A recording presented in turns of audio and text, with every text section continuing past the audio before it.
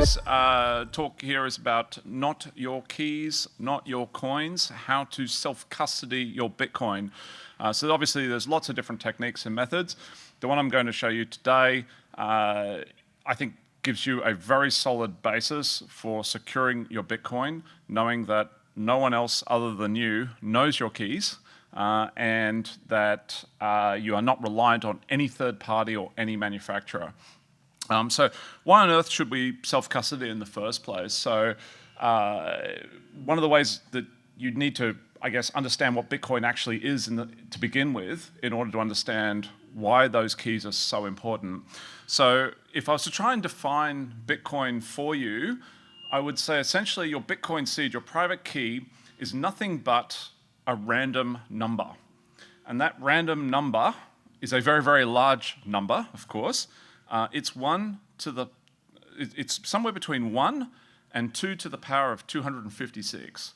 It's very, very hard to understand how big that number is just by saying 2 to the power of something. So I've tried to make it a little clearer for you by spelling out exactly how many zeros that kind of equates to in base 10 numeric system. Now, to give you an idea of how big and how vast that number is, it's essentially the same as just a few orders of magnitude off the number of atoms in the known universe. Okay, so if you picture this room, there's probably a mind-boggling number of atoms that make up our bodies and the chairs we sit on, and then the building that we're in. And then if you've ever been to a beach, you can probably count the number of grains of sand. That's how many. That just gives you the start of how many hiding places there are for your Bitcoin. So Bitcoin is in fact the ultimate in security by obscurity. You are picking a single atom where you're going to store your Bitcoin, and only you know where it is. So obviously, gigantic numbers like that are really, really hard to work with. So the first step that we take for computers and humans to be able to work with these numbers is to try and squish them down into a smaller number of digits.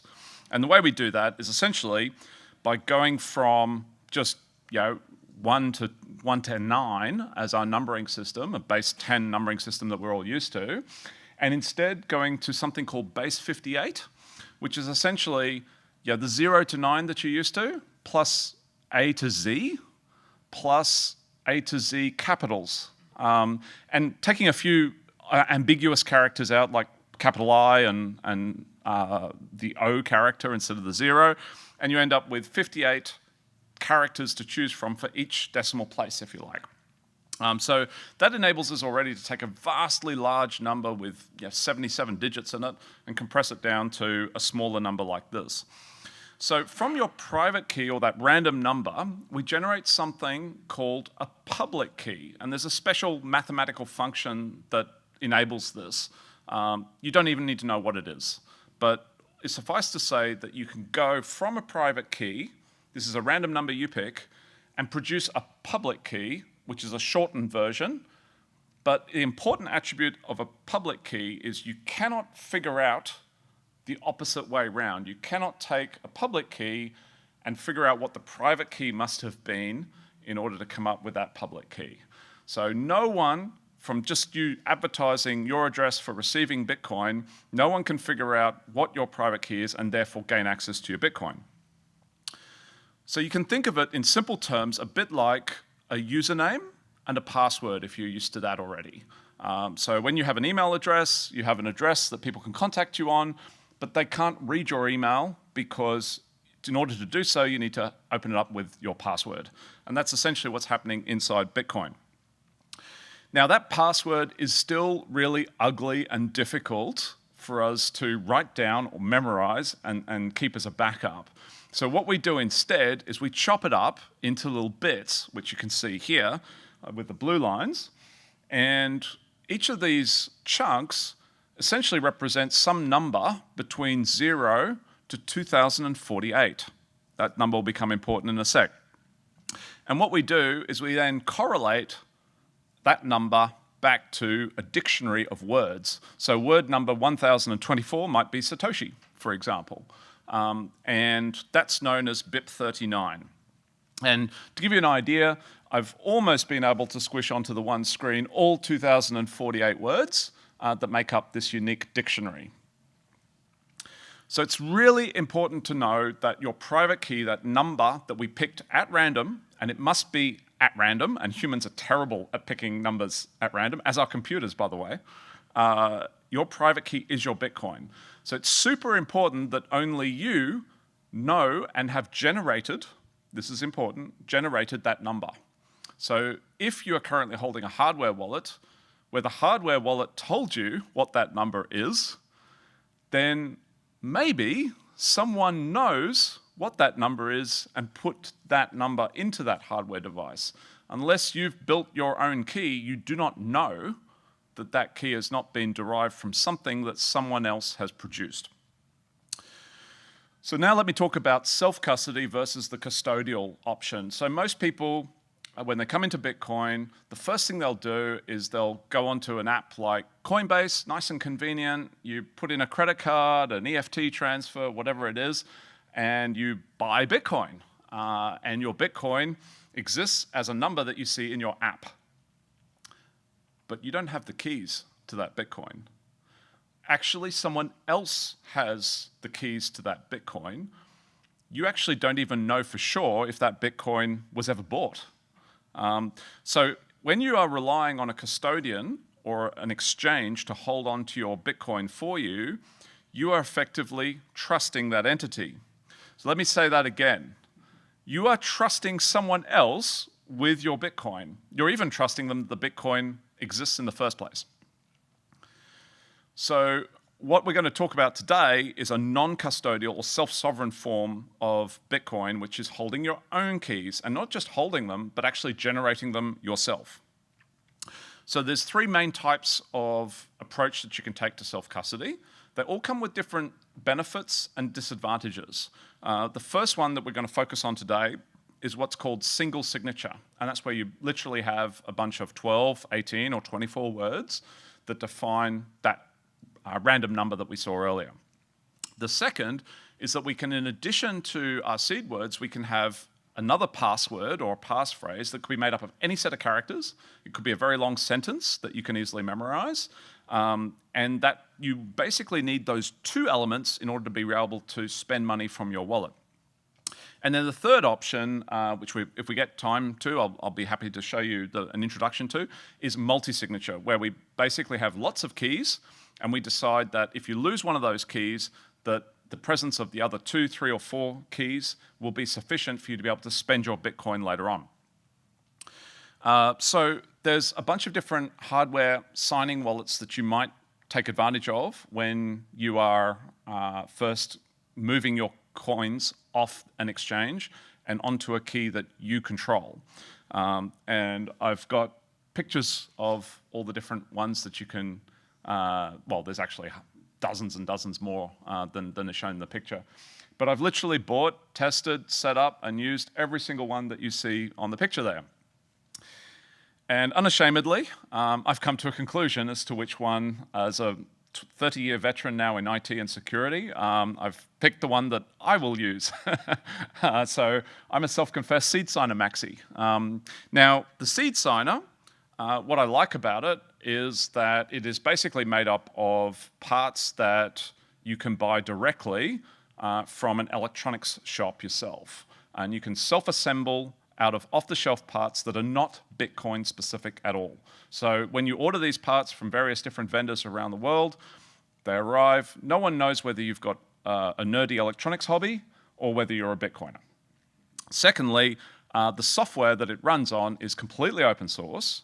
And as you'll see in a sec, when I start to use the software, I don't even need to have the SD card that's inside loaded while I'm using the software. I can literally pull the SD card out. And the beautiful thing about this electronics is that it works without any memory. So the only memory that is in the wallet, in the hardware, is present when the machine is powered on. As soon as you pull the power cord out, the memory is essentially erased. There's nothing for it to store anything with. And you can verify that using the specs of the electronics that you receive.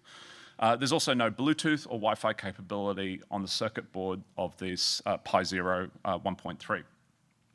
And of course, you can buy or manufacture or print yourself on a 3D printer the case that it comes in. So what I'm actually going to do today is I'm going to literally, right in front of you, create a Bitcoin wallet. I'm then going to move some sats into it. Please don't steal the sats, because the next thing I'm going to do is I'm going to spend the sats. But before we do that, we're then going to back it up. So that's the crux of today's presentation. So I'm just going to try and... Now, I must say I'm being extremely ambitious here. Live demos, live software, there's every chance that something I do goes wrong, but let's give it a shot. So obviously I could use some dice, and I could pick my very large number by rolling lots and lots and lots of dice. But I got a bit bored of that, and I wanted to save you guys time. So I've got this, vitamin B, and this is basically, remember how I said that 2048 number was important? So in that dictionary that we saw earlier, that dictionary has essentially been 3D printed onto a set of tablets that you see inside this jar. And each tablet, well, there's 1,024 of them, and each tablet contains on one side one word, and on the other side another word. So two words per tablet, 2 times 1,024, 2,048 words. So I have all of the BIP39 vocabulary here in this little jar. So what I'm going to do is I'm going to create a Bitcoin wallet. And it's simple as just tipping out about 11 of these tablets at random. So this part might be like watching grass grow. So that's why I'm going to only do 12 words, okay? So I'm going to start with clay, push. Can everyone see what I'm writing? Yeah.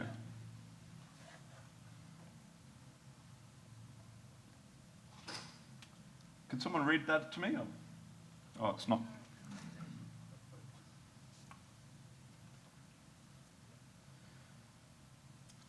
Limb. I think that's Olympic.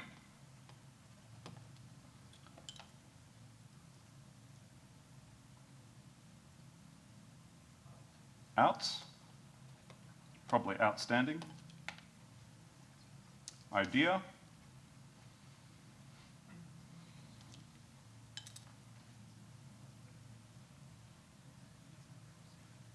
I think that's cons.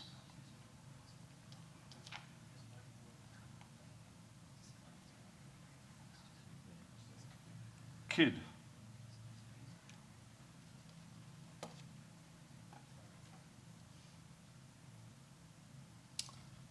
Fit.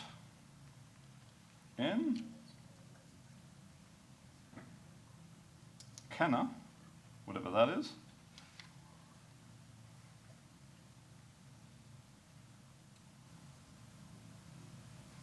Jack. And I just need one more.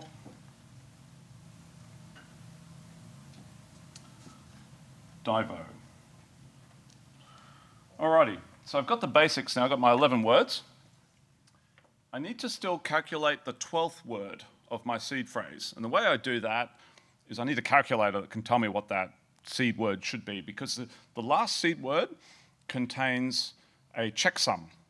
So in other words, this very long number, I need to check that it is the correct number, and there's a little hidden secret at the end to figure out what that is, and part of that is the final word. So I could sit down and do all that using a pen and paper and do some very complicated maths, but I'm going to cheat, and I'm going to use this tool, which hopefully you guys can see here. Yell out if I've got this wrong. Can everyone see that option? Calc 12th word. So it's a 12-word long thing. And again, bear with me while grass grows.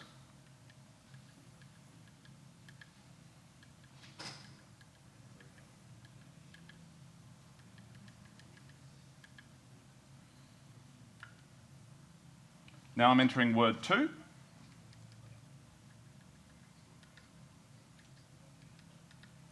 notice how this isn't as tedious as it originally sounded, because as I'm typing the text, it's automatically giving me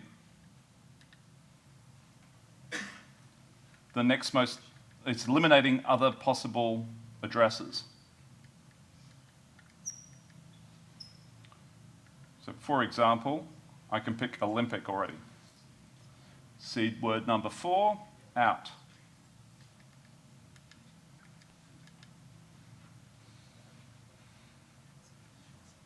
What's that device called? It's called a seed signer, or it's basically a Raspberry Pi. Is that one that you built yourself? Yes, yeah, I just assembled it from existing equipment. Can everyone remind me what, idea is the next. Here we go, idea. Word 6 is I think that's constant.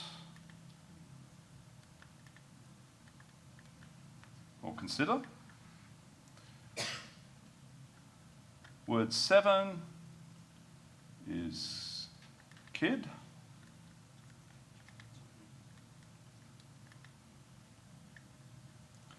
Word 8 is probably fitness.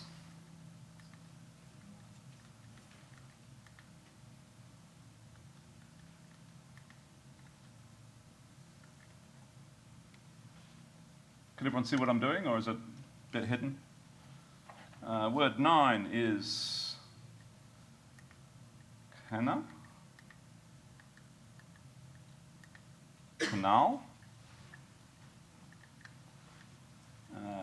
Word 10 is jack.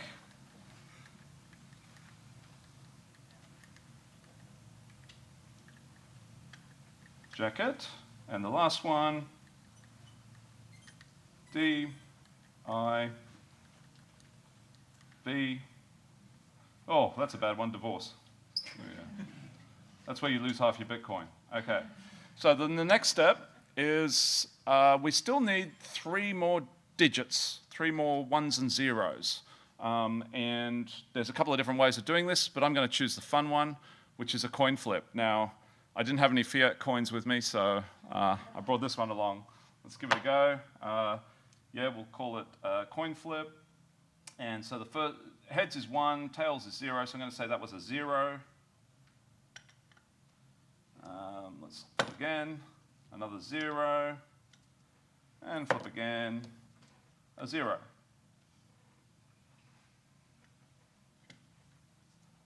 Another 1, a 0. Come on, all right, I'm just going to cheat. There can't be all zeros, surely. 0, and another 0. All right, so that's now calculated my last word, which is annual. So I'm going to write that down.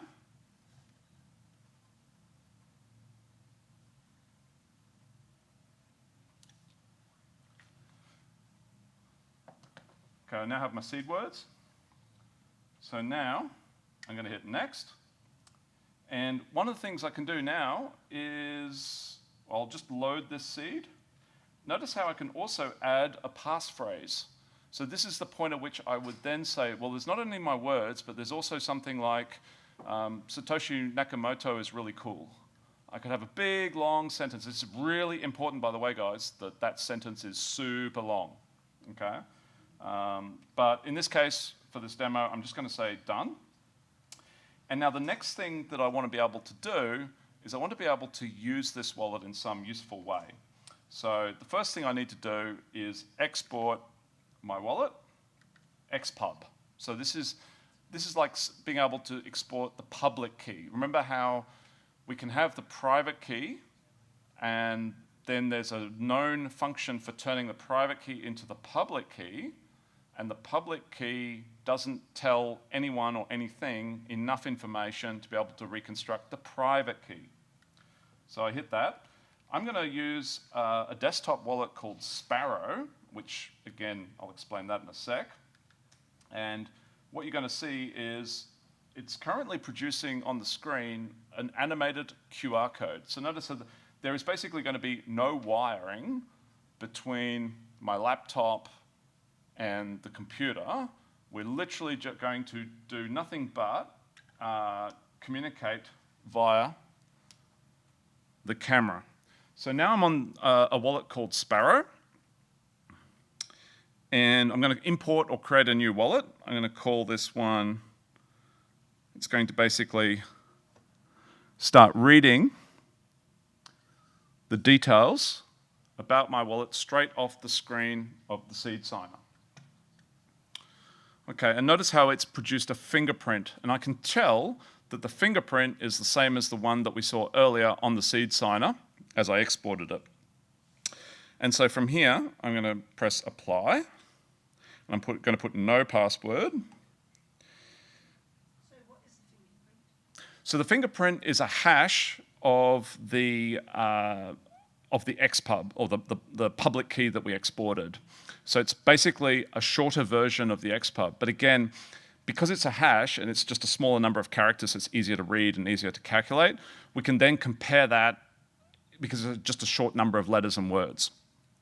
Otherwise, it's a very long set of characters to check that the two public keys are the same.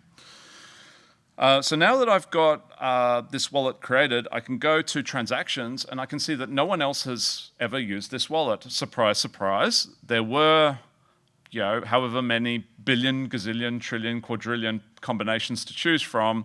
I just happened to be unlucky and I didn't pick one that was yours. And now I've got two options. I can send Bitcoin to someone else. Of course, I have no Bitcoin, so I'm started off with zero balance here, unfortunately, but I can receive Bitcoin. Now notice here that I have an address that's been generated, and what the great thing about Bitcoin is that every time you receive new Bitcoin from someone else or send it to somebody, you can choose to never ever use the same address twice. And a desktop wallet like Sparrow helps you better understand what's really happening under the hood with your Bitcoin. So you will learn a heck of a lot about Bitcoin when you use Sparrow. Again, Sparrow is independently produced by developers who publish all their code. You can verify the build of the software. You can build it yourself from the code if you're that way inclined. But even if you don't know how to build software yourself from compiling from the source code, there's a way for you to check that the software image that you've downloaded is in fact the same and is identical to the one that's published by the developers themselves. And this is heavily reviewed by other developers. All right, so what we're going to do is I'm just going to check that the addresses that have been produced here match what Seed Signer reckons they should be. Because remember how once you know the private key, you can double check that the public key is correctly generated. So I've got here a set of addresses, and then what I'm going to do is just going to check on the seed signer. I'm going to use a tool, hopefully you guys can see that, called Address Explorer. I'm going to pick that seed, and I'm going to say, show me all the receive addresses. And then what I can do is I can compare the last few letters there with the last few letters here and validate that they're the same. Then I know that this desktop wallet is correctly identifying and correctly giving me the right addresses. So when I send my Bitcoin there, I know it's actually going to the same seed that I created over here. So I'm actually going to send some Bitcoin. So we're going to hit receive and a copy, go to send. I've got a hot wallet that I prepared earlier with a few sats in it. Bitcoin alive. And we'll throw 5,000. How many sats do we, oh, hang on, go over here. Send. Bitcoin alive. We'll throw 5,000 sats in there. I'll move it up the priority list. I'll create the transaction, and now I'm going to finalize it for signing, and then I'm going to sign. Now I'm going to broadcast the transaction, and notice that I'm actually broadcasting the transaction using my own node. I'll get back to that in a sec. Okay, so while that's broadcasting, you can see already that my new Bitcoin Alive wallet already knows through the mempool that 5,000 sats are on the way to me. So straight away I can track and trace what's going on in the blockchain, literally through my Sparrow wallet. So one of the things that I think would be useful right now is, at the moment, our Bitcoin really lives as nothing more than this piece of paper. So if I tore this piece of paper up, or it got water poured on it, or it burnt in a house fire, where's my Bitcoin? It's gone. Well, unless you can guess or you remember what words we used. All right, so let's do something a bit better than that. One of the things we can do is we can back it up. And there's two different methods that I'm going to show today. One is just literally hammering them into some washers that we'll show you now. And the other is hammering it onto a steel plate, which we'll show in a sec. So what I'm going to do, take one of these washers off. I've got this jig over here. So how this works is I can actually number each of the washers. So I can say this is washer number 1. And I can put letters here to represent each of the letters that make up the first word. Okay? So what I'm going to do now, I won't bother putting the word or the number. I'm only going to do one number.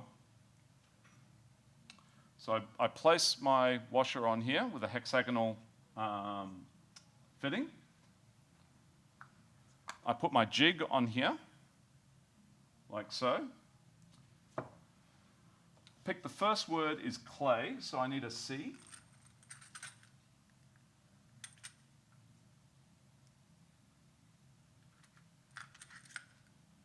And what is that? That looks like a C. So you might see here, for example. Can you guys kind of see that? Yeah. All right. So the C, I know from having done this the wrong way around that it needs to be pointing towards me like this. Get my handy little hammer here.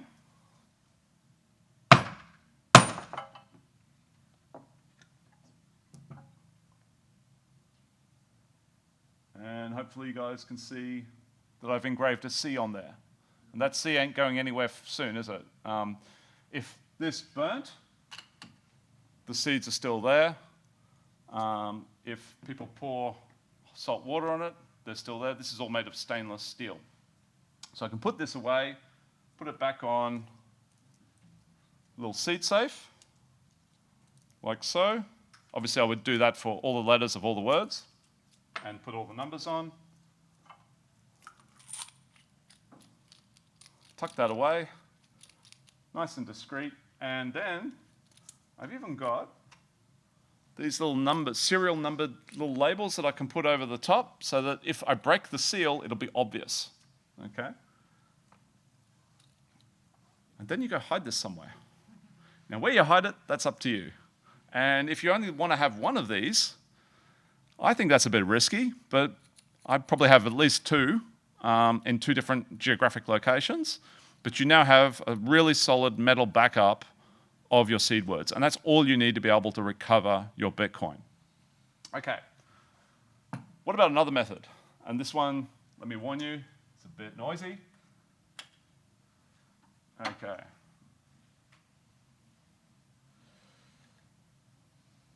So what I'm going to do now, I'm literally going to pull this card out. I'm going to put another card in, and this card is called Seed Hammer. I'm going to disconnect the power, connect the data cable.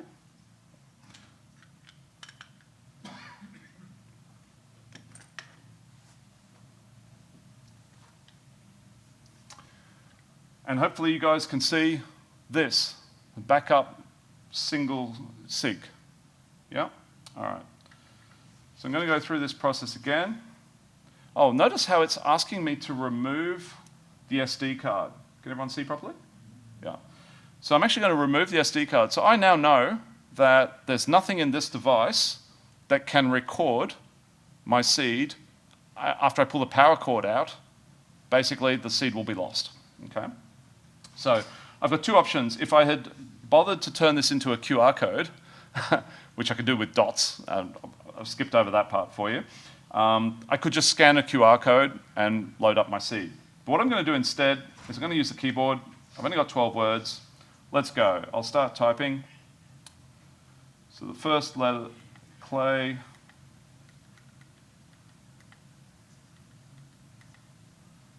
Cool. Second, push.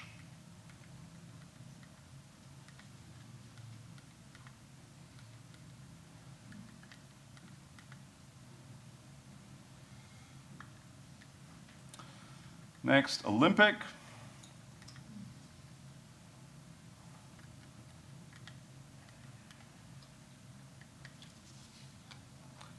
Then out.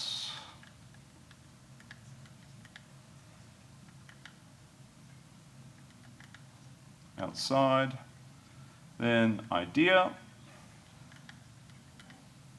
Oh, hang on, I made a mistake, so I need to go back. And I click on this, and I go back to idea. And then I've got cons.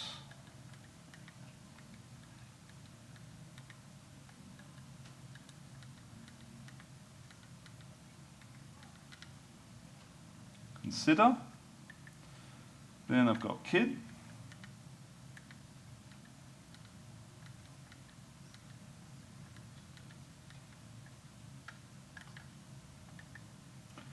Then I've got fitness, I think.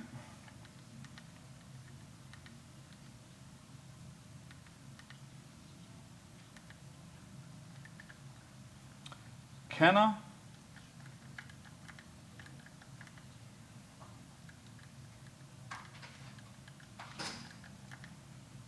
Canal. Jack.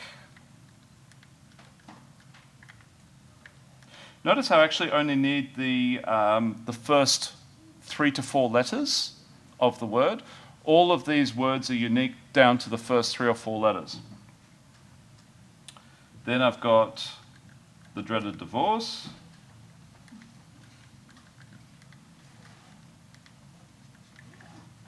And finally, annual.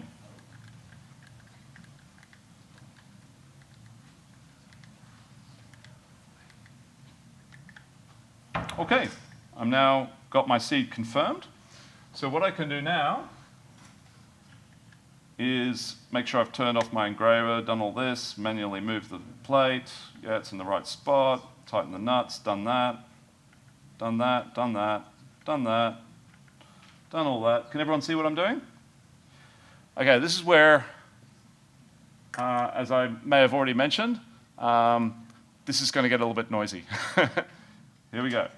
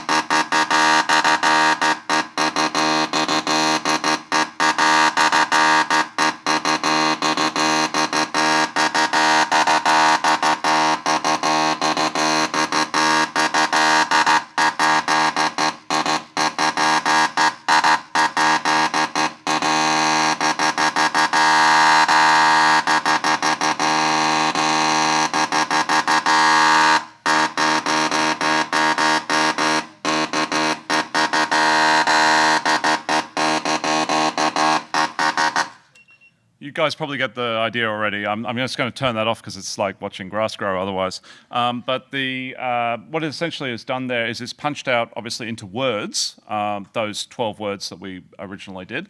And then it's also right in the middle of producing a scannable QR code that the seed signer itself can use to basically load that seed in. So the tedious part where we were having to type all those letters, etc., once I've got that QR code built, I can literally just scan the QR code off the metal every time I want to spend my Bitcoin and load the seed in to my seed signer.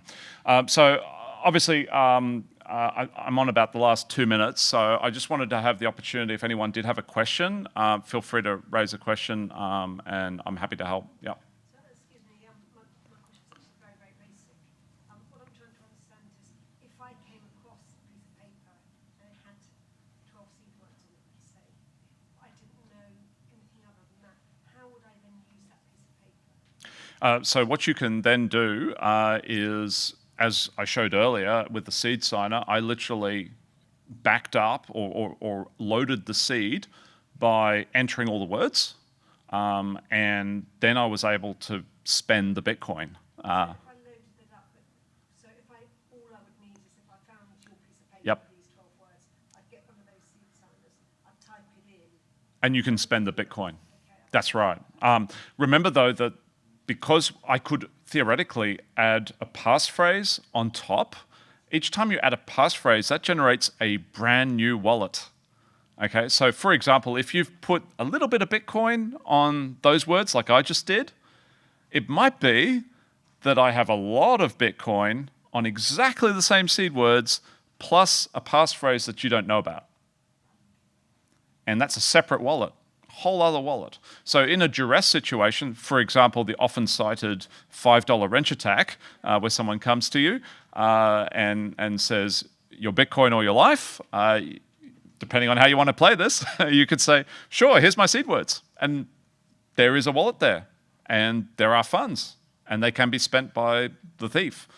But the thief doesn't know that you potentially have a second wallet, that you've actually disclosed only a distress wallet, a duress wallet, and not your actual cold stack. So for every Bitcoin wallet, there's another infinite number of potential other wallets that exist off it that could be added with nothing more than a seed phrase, passphrase on top.